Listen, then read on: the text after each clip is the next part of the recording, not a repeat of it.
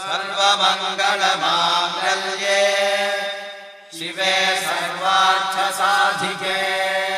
जी हाँ दोस्तों, जैसा कि आप सब जानते हैं कि शादी विवाह का सीजन शुरू हो चुका है और इस सीजन में कितनों के घर बसते हैं तो वहीं ना जाने कितने आशिकों के दिल टूटते हैं। तो हम आपके लिए लेके आए हैं एक ऐसे ही टूटे हुए दिल की दास्तां, एक भड़के हुए आशिक की कहानी। सुपरस्टार खेसारी लाल यादव और खुशबू तिवारी केटी की जुबानी। तो आइए सुनते हैं।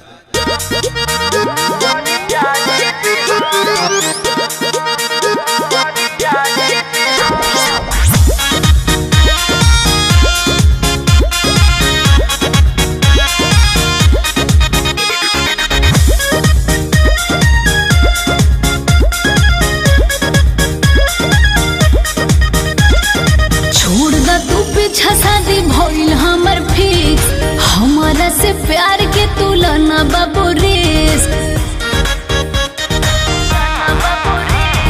छोड़ द तू पीछा, शादी भइल हमर फिक्स, हमारा से प्यार के तुलना बाबू रिस्क। तोहरा के दे तनी हम तक सा, तोहरा के दे तनी हम तक सा।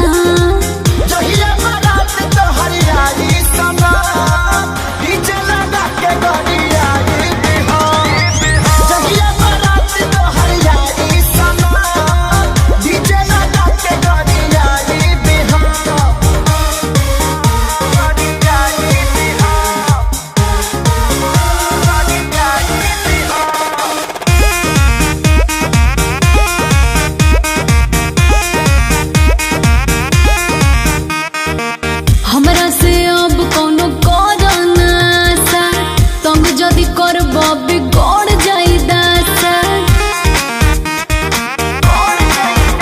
अरे हमरा से अब कोनो करना सा, तंग जदि करब बिगड़ जाई दासा। अरे धमकी से तोहरा हम ना डराई बहो, कैलू कर तूत जौन हमरा से सबके बताई बहो। अति न कर हो बोला तनी काम, अति न कर हो बोला तनी काम। जहिया बारात तोहर आई समा, डीजे लगा के गरिया रे बिहो।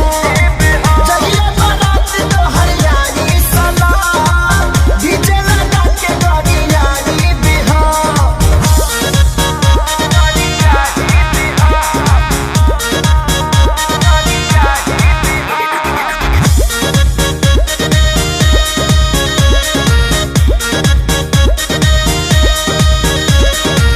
ऐसे न हो खा तू हमसे नाराज हो, बुझा मजबूरी हमारे यादव राज हो। ऐसे न हो खा तू हमसे